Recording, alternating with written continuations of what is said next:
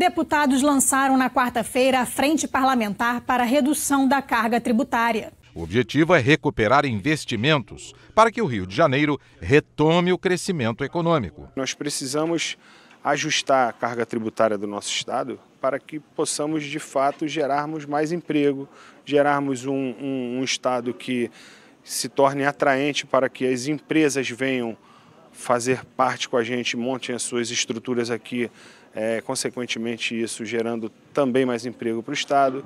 E é baseado nisso que a nossa frente parlamentar vai trabalhar. Nós queremos resgatar a dignidade do nosso estado e a gente vê que isso é possível. As disparidades que foram criadas dentro da tributação do estado do Rio de Janeiro foram horas, quando a gente vê, acho que ninguém pensou nem para fazer. Essa é a realidade. Os setores automotivo, de combustível, farmacêutico, de alimentação e da construção civil estão sendo muito prejudicados pelo excesso de tributos. O Rio atualmente tem o maior índice de desemprego da federação e isso tem impactado na violência e na fuga de empresas. O estado do Rio de Janeiro hoje é tranquilamente o mais caro para se investir. Então, além dos riscos inerentes à atividade de empreendedor, a burocracia, a segurança, você tem uma alta carga tributária que retira dinheiro da economia, ou seja, do setor produtivo, e coloca nos cofres do Estado. A ideia dessa frente parlamentar é que o dinheiro fique no bolso de quem produz. Fique mais dinheiro no bolso de quem produz e menos nos cofres do Estado. A redução de impostos foi debatida entre empresários e representantes do comércio. A conclusão é que, para reduzir a carga tributária no Estado, será necessário muita negociação. É que o Rio está no regime de recuperação fiscal, mas há solução para o caso, sem ferir a lei. Para haver uma redução de alíquota, tem que ter um convênio específico aprovado pelo Conselho dos Secretários de Fazenda, chamado CONFAS, e por região. E nós somos da região sudeste, que compreende 4 estados: o Rio de Janeiro, Espírito Santo, Minas Gerais e São Paulo. A saída, que nunca esteve tão madura para acontecer, é a reforma tributária. Juntando num único tributo, que eles estão chamando de IBS, quer dizer, Imposto sobre Bens e Serviços, juntando o PIS com o FIS, o IPI, que são impostos federais, o ICMS, que é um imposto estadual, e o ISS, que é um imposto municipal.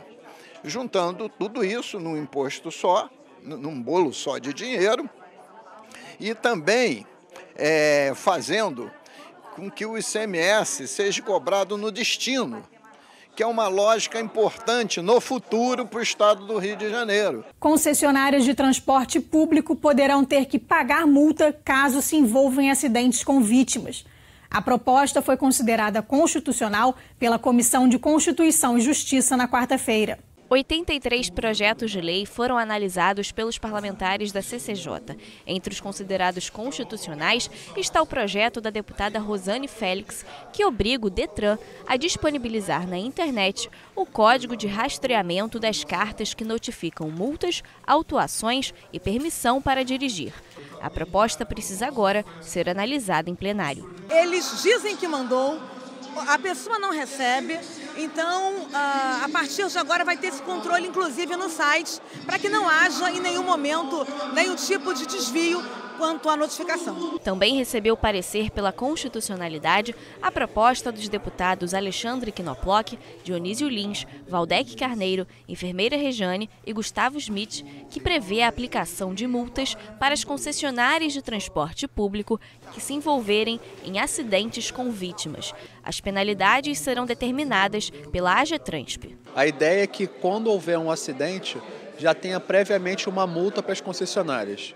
Independente se foi culposa ou dolosa ali o acidente, existe a responsabilidade da concessionária. Então a ideia é, a partir do momento que há esse acidente, ela já seja previamente aplicada a multa, e aí se essa multa for pouca ou for de acordo, a AGETRANSP vê no momento posterior. Mas a ideia é já aplicar a multa para que consiga, inclusive, ressarcir as vítimas de possíveis danos. Só neste ano, o Ministério Público recebeu 2.136 denúncias de violência contra idosos no município do Rio de Janeiro. A maior parte desses abusos acontecem dentro de casa e são cometidos por familiares das vítimas. Diariamente, os idosos sofrem com negligências, abusos financeiros e violência psicológica. Muitas ocorrências são consequência da falta de preparo e de informações das famílias. Para a promotora Cristiane Branquinho, o ambiente familiar se torna conflituoso, principalmente pela falta de políticas socioassistenciais do Estado. Essas violências acontecem justamente pela falta de uma política de cuidados, né? A família se vê sozinha na função de cuidar de uma pessoa cheia de fragilidades, né? Sem condições de se dedicar integralmente àquela pessoa idosa, e muitas das vezes essa pessoa idosa, diante das suas fragilidades, diante de sua dependência, ela requer um cuidado integral. Se houver a implementação de políticas públicas, se houver serviços socioassistenciais, se a gente tiver equipamentos como instituições de longa permanência para idosos, centro-dias, a gente também melhorar os equipamentos assistenciais como CREAs, a gente vai ter sim como diminuir a violência contra a pessoa idosa. Nanza da Cunha tem 61 anos e é vítima de violência desde que denunciou uma vizinha que mantinha um idoso em cárcere privado. Ela trabalha como cuidadora há mais de 15 anos e afirma que, infelizmente, esse tipo de violência é recorrente. A dificuldade de pessoas como eu, como cuidadora, denunciar os familiares, porque nós não temos proteção nenhuma. Por melhor que nós façamos, os familiares são muito, eles são muito difíceis de serem dóceis para com os idosos. Eles não têm paciência e não querem pagar os cuidadores. A delegada titular da Delegacia de Atendimento à Pessoa da Terceira Idade no Rio de Janeiro lembrou que os idosos que sofrem violência têm muito medo de denunciar e que as notificações geralmente são feitas na delegacia por anônimos que presenciaram os abusos. É importantíssimo que qualquer pessoa que saiba de crime praticado contra os idosos noticie.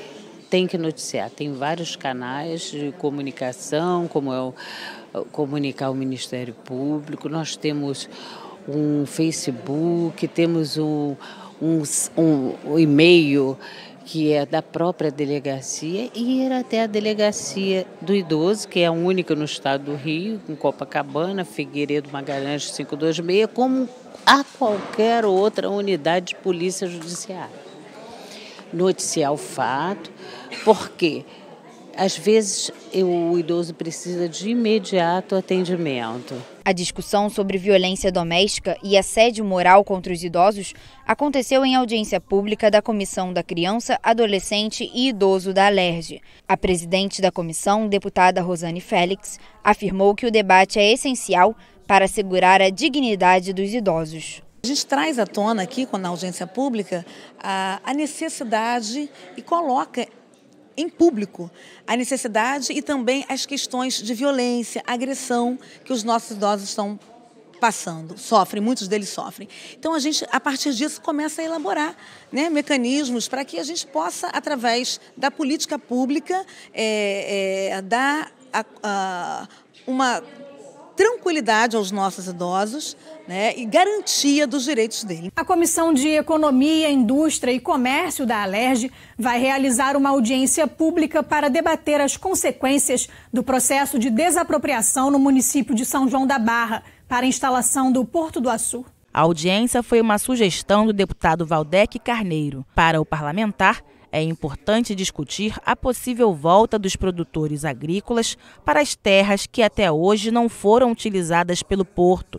Segundo o deputado, cerca de 90% do que foi desapropriado. O que a gente quer aqui insistir, não é reverter o processo de industrialização. Ninguém é contra o empreendimento no Porto do Açu, sobretudo se ele tomar os devidos cuidados ambientais que precisam ser tomados ainda, mas que a gente possa recuperar parte daquela vasta área né, e devolvê-lo aos agricultores, às famílias de agricultores, porque são agricultores ali, são gerações e gerações vivendo da agricultura, produzindo de forma relevante para o Estado, e isso produziu um efeito drástico na cadeia econômica da agricultura em São João da Barra e na região. Portanto, foram os encaminhamentos que se justificam por essas razões. A comissão aprovou também o envio de um relatório aos governos federal e estadual sobre 3 audiências públicas realizadas na Alerj sobre os cortes de verbas federais nas universidades e institutos federais localizados no estado do Rio. Visa analisar qual é o impacto desse contingenciamento e corte federal na educação na economia do Rio de Janeiro. Então a gente analisou através das audiências públicas e preparou um relatório que visa o impacto a curto prazo na questão de número de empregos que são dessas universidades, a médio prazo, que se dá no entorno das universidades, no comércio e serviços, e a longo prazo, que tange a arrecadação do Estado e a mão de obra qualificada. Então esse relatório compõe essas 3 visões e a gente pretende apresentar na semana que vem para o governo estadual e para o governo federal. Agora é o momento de conferir as dicas do nosso guia cultural.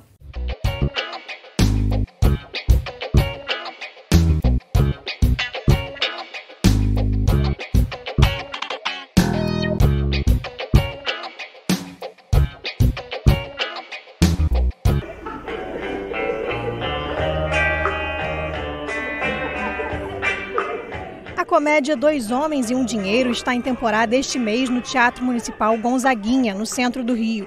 O espetáculo propõe um intercâmbio entre palhaçaria e narrativa física, explorando a capacidade de jogo cômico. Os ingressos custam a partir de R$10.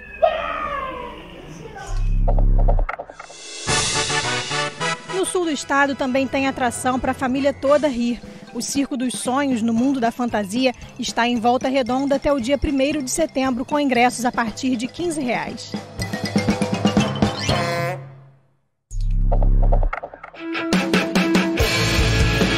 O duo Hate Mosh volta ao Brasil para mais uma turnê e desembarca no centro do Rio no dia 13 de setembro. A banda ítalo-brasileira, radicada em Londres, vai se apresentar em festivais e eventos em 8 estados brasileiros para divulgar seu novo álbum.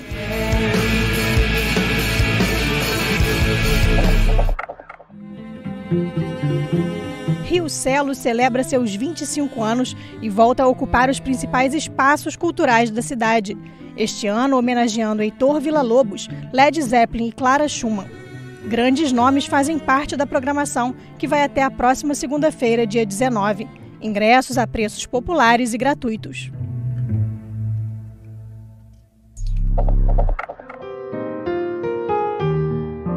Niterói recebe este mês a mostra FIF Cinemas Sem Diferenças, com filmes internacionais voltados à inclusão da pessoa com deficiência. O evento, que acontece na cidade de Lyon, no sul da França, será realizado pela primeira vez no Brasil. As sessões vão acontecer no Cine Arte UF e na Câmara de Vereadores de Niterói, todas com entrada gratuita. You look like an angel.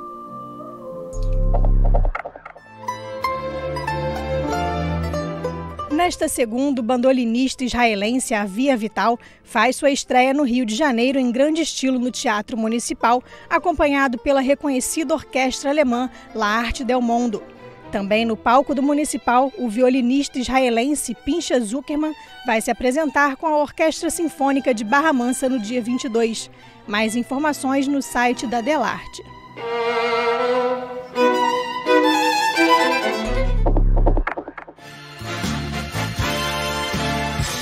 Neste fim de semana tem mais Festival Move Rio no Teatro João Caetano.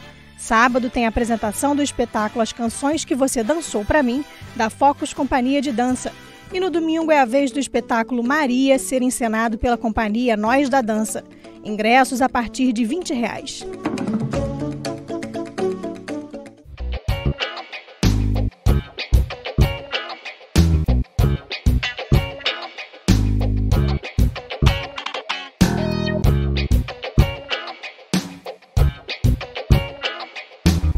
O Alerj Revista fica por aqui.